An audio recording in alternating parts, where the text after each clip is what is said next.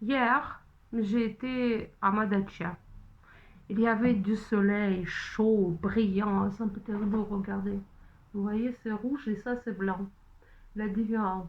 J'ai pris la couleur. D'un coup, je vois un message de mon copain qui m'écrit. Tu sais que c'est à cause de l'ingérence d'Azerbaïdjan qu'on a l'insurrection à la Nouvelle-Calédonie. Moi, d'abord, j'ai pensé que je ne vois pas très bien sur l'écran parce que le soleil brille, les yeux ne lisent pas bien sans lunettes et je dois regarder encore une fois. Ne lisent pas bien sans lunettes, je dois regarder encore une fois. J'ai lu encore une fois, je vois de nouveau que c'est l'Azerbaïdjan qui a influencé l'insurrection à la Nouvelle-Calédonie. Ah, il y a une chaîne satirique politique à la Russie qui est appelée PIS-12, c'est-à-dire le mot méduse qui est le nom d'un journal de l'opposition russe a été changé un peu en utilisant euh, le mot russe grossier. Et c'est à cause de ça qu'on peut entendre dans le mot PIS-12, ce n'est pas le mot grossier, mais c'est le mot qui influence un peu l'idée du mot grossier quand vous le prononcez. C'est la chaîne satirique humoristique politique. Satirique politique. Voilà. Et quand j'ai lu encore une fois ce que mon copain m'a écrit, j'ai pensé que c'est lui qui a regardé trop cette chaîne et peut-être il n'a pas compris quelque chose parce que c'était comme ça le lien, sans un lien sur, je sais pas, sur un article ou bien quelque chose. J'ai décidé de revenir chez moi et regarder des médias français.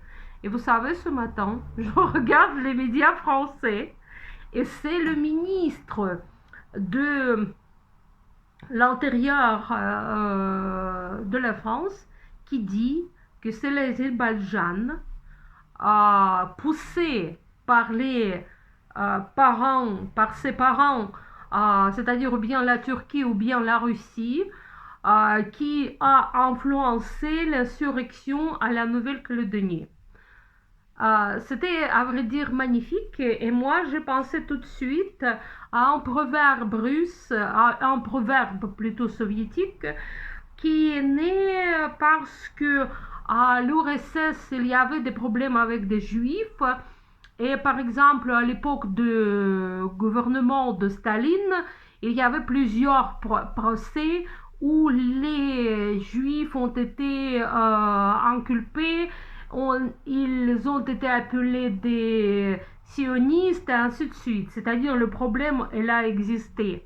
Mais puisque l'esprit du peuple soviétique, l'esprit du peuple russe est très péjoratif, ils ont inventé le proverbe dont le sens est s'il n'y a pas quelque chose, si quelque chose n'existe pas ou bien ne va pas, ce sont des juifs qui ont influencé cette situation.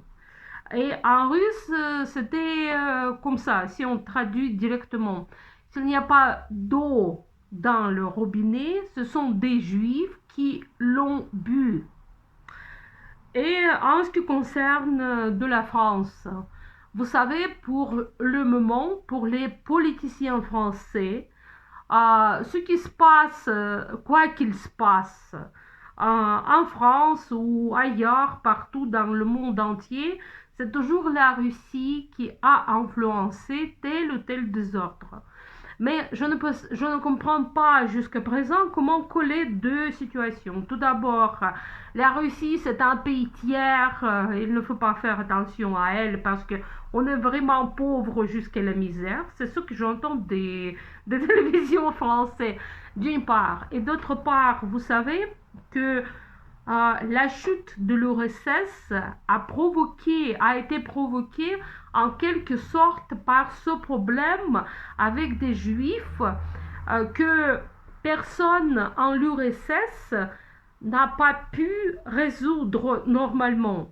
Et quand on dit toujours que c'est la Russie qui a tort à cause des problèmes à la Nouvelle-Calédonie, sans faire attention à la colonisation, à la pauvreté du peuple autochtone, à la pauvreté en gros si on compare la Nouvelle-Calédonie et la métropole. Et vous savez pour moi le problème aussi, j'ai réalisé qu'il y a peut-être l'opposition qui ressemble un peu entre la métropole, c'est-à-dire la France, et les territoires d'outre-mer et les autres territoires de la France qui ne sont pas la métropole. Et peut-être, si on compare la situation, on comprend que c'est peut-être Moscou et le reste du territoire russe. Mais pour avoir le nom officiel métropole pour Moscou, ça n'existe pas. On cache au contraire de faire, comment dire, le niveau de la vie euh, qui ne dépend pas de lieu de séjour. Voilà.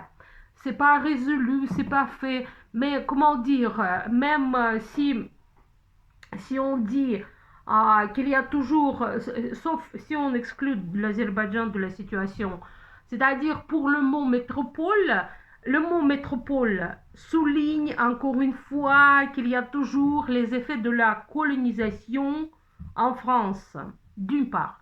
Et d'autre part, si c'est pas la Russie qui a influencé l'Azerbaïdjan, si c'est l'Azerbaïdjan lui-même qui a décidé de provoquer l'émeute à la Nouvelle-Calédonie.